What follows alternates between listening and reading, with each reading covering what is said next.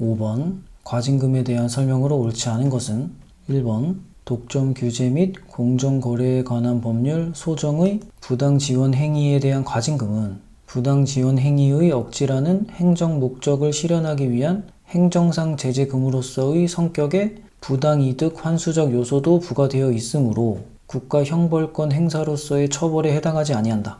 자, 이거 맞죠? 자, 이거 문제 풀 때는 어떻게 읽어야 돼요? 과징금은 국가 형벌권 행사로서의 처벌에 해당하지 아니한다. 그러니까 과징금은 형사처벌이 아니다. 맞죠? 과징금이랑 형사처벌은 다른 거죠? 다음 2번 행정기본법령에 따르면 과징금 납부 의무자가 과징금을 분할 납부하려는 경우에는 납부기한 7일 전까지 과징금의 분할 납부를 신청하는 문서에 해당 사유를 증명하는 서류를 첨부하여 행정청에 신청해야 한다. 제가 모르죠? 처음 본 선지다. 하지만 어디를 틀리게 내는지는 알죠? 과징금을 분할 납부하려는 경우에 납부기한 7일 전이냐 아니냐 요걸 물어보겠죠. 일단 물음표 치고 넘어간다.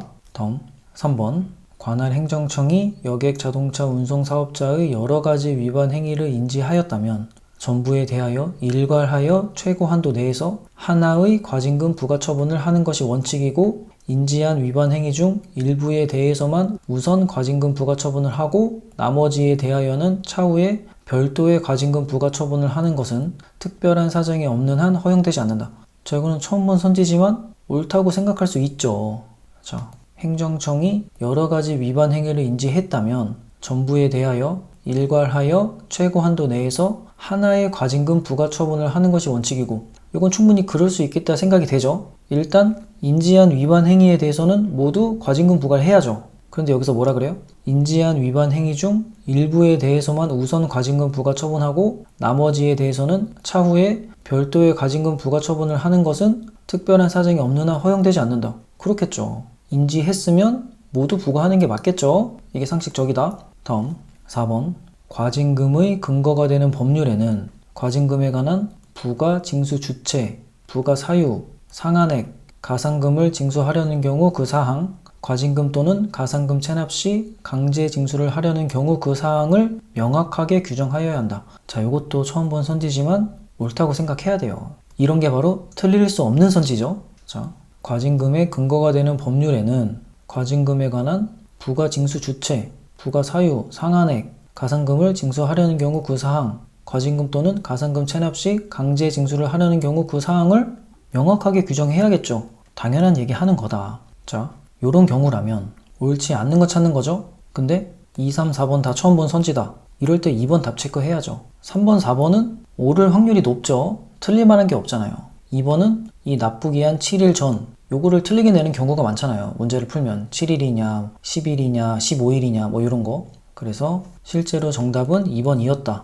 얘가 틀린 선지였다. 이 납부기한 7일 전이 아니라 10일 전이었다. 자, 요런 거는 문제를 많이 풀다 보면 자연스럽게 익히게 돼요. 제가 계속 강조하죠. 기출 회독을 정말 많이 하세요. 그러면 모르는 문제가 나와도 답을 최소한 2개까지는 줄일 수 있습니다. 그렇다. 다음. 자, 해설하겠습니다. 옳지 않은 것은 과징금은 제재 처분이고 행정청이 하는 처분이죠. 이 과징금이랑 형사처벌은 다른 거다. 벌금을 내게 하거나 징역을 살게 하는 거, 요런 게 형사처벌이죠. 얘는 처분이 아니고 이 2개가 다르다는 걸 굉장히 길게 써놨죠. 선지 보면 과징금은 행정상 제재금으로서의 성격도 있고 부당이득 환수적 요소도 부과되어 있어요. 요거 맞아요. 맞는 얘기고 위법 행위를 제재하려는 목적, 부당이득을 환수하려는 목적 둘 다 있다. 하지만 여기서 물어보는 건 과징금이 국가 형벌권 행사로서의 처벌에 해당하지 않는다. 맞죠? 과징금이랑 형사처벌은 다른 거다.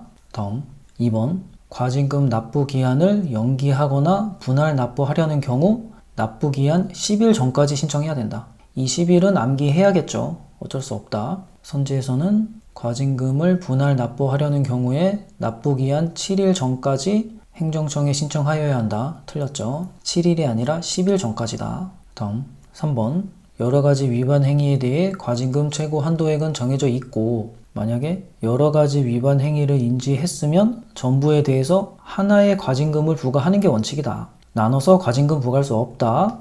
이게 상식적으로 이해되죠? 당연히 최고 한도액 내에서 해야 되고 3번이 그 얘기를 아주 길게 하고 있다. 간단히 보면 행정청이 여러 가지 위반 행위를 인지했다면 전부에 대해 일괄하여 최고 한도 내에서 하나의 과징금 부과 처분을 하는 것이 원칙이고, 일부에 대해서만 우선 과징금을 부과하고 나머지에 대해서는 차후에 별도의 과징금 부과 처분을 하는 것은 특별한 사정이 없는 한 허용되지 않는다. 맞다. 상식적인 얘기죠. 다음 4번.